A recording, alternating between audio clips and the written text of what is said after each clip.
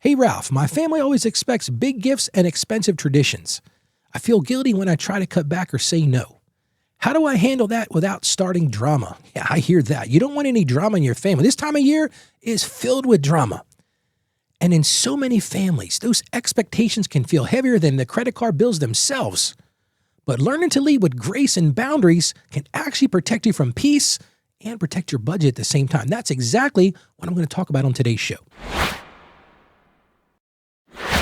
Welcome to the show. I'm Ralph. This is your daily episode of helping you break that cycle of financial shame with confidence. And today, we're going to break that shame and that guilt of those family expectations. The truth is, so many people feel this pressure during the holidays. And I want to tell you a story. As we were preparing for today's show, I thought, what would be a good story to talk about? Well, let me talk about my in-laws.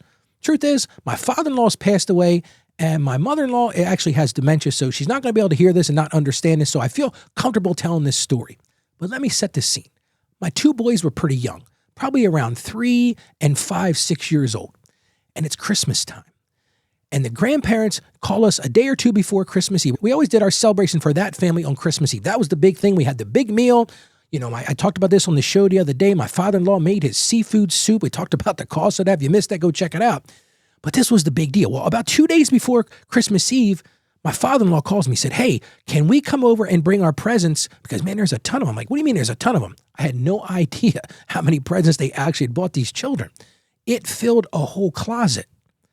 So here it is, Christmas Eve, and these kids walk into this room, and let me just tell you, there were gifts everywhere. I'm talking about a room full of gifts, expensive gifts from fancy stores. My kids were young. They had no concept of the clothing that my mother-in-law had bought them. Beautiful stuff from Saks Fifth Avenue and all these high-end stores. But look, none of it made any sense. And my wife and I, after that Christmas Eve, we sat down and we had a conversation. And what it had done, it created these expectations for our children. Honestly, it created little monsters.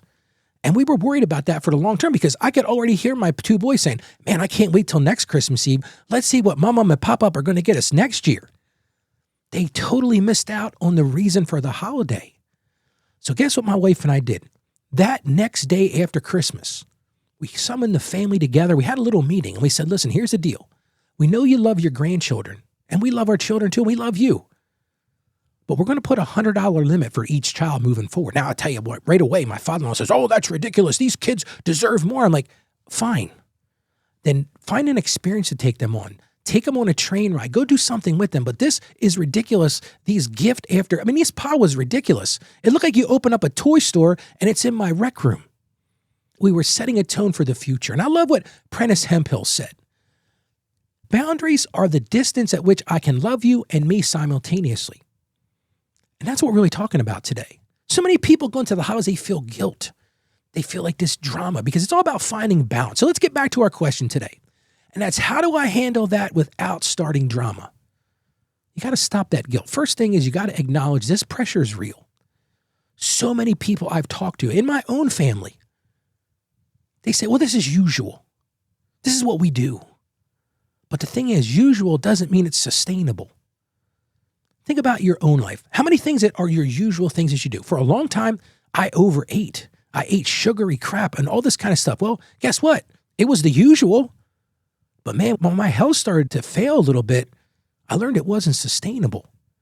And a lot of times, these holiday traditions of spend hundreds of dollars on this one and spend $100 on this one, it's not sustainable. All it's doing is building debt. It's building resentment and it's building drama. You think there's no drama now. It's building drama. When you get that credit card regret in January and you start thinking about, oh man, I wish I hadn't done that. So it's all about setting healthy boundaries. It's okay to say no to excess spending. Because when you say no, you're saying yes to something bigger. What you're saying is yes to peace. You're saying yes to joy. You're saying yes to let's enjoy the holiday for what it's worth. But part of this is communication. That's what my wife and I learned. We had to communicate this to our in-laws. You've got to do the same thing. If you've got a tradition in your family, I'm going to encourage you. Be kind. Explain to them the situation. That's what we did with our in-laws. We said, listen, we understand your love for these grandkids. We understand you want to show them so much joy. But this isn't going to work anymore. So be kind, but be firm. And put God first. That was the big takeaway for me. We had a room full of toys, but not one time was Christ mentioned. Not one time was God mentioned. Oh, it was the Santa Claus. It was the Christmas spirit, all that kind of stuff. But God wasn't in that. We're called to be stewards. We're not called to be people pleasers. A lot of us are people pleasers. That's what we do. We want to please people, and I get it. A lot of us find joy in that. But that's not stewardship. Because peace, if you want to really get to peace, you need to understand this. Peace is greater than pleasing. So that's my encouragement right now. Move from guilt to joy. Let's get into our Bible verse today. This one comes to us from the book of Galatians, chapter 1, verse 10. It says this, "Am I now trying to win the approval of human beings or of God? Or am I trying to please people? If I were still trying to please people, I would not be a servant of Christ." And that one cuts you, doesn't it? We just talked about pleasing people. And what's the scripture telling us? If my goal was to please people, if my goal was to win the approval of human beings, I'm not a servant of Christ. So before anything, the joy comes from serving Christ, not pleasing or approval of other human beings. Well, let's pray right now. We need some prayer today. Father God, we come to you right now. We just ask you right now for courage. This is a tough time for so many people. Help us to set those boundaries, Lord, and help us to have the grace to communicate that with love, but to be firm and not compromise in that, because we know the real reason for the season is you, Lord, not these gifts, not this credit card debt that comes afterwards, that regret in January.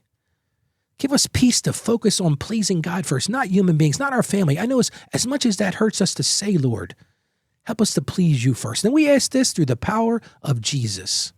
Amen. So here's my one action item for today. We're going to talk about boundaries.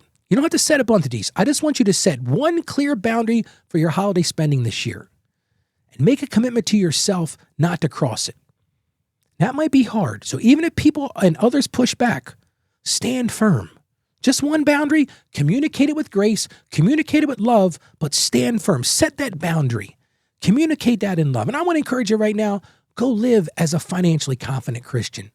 Stay financially savvy today. God bless you, and you have a great day today.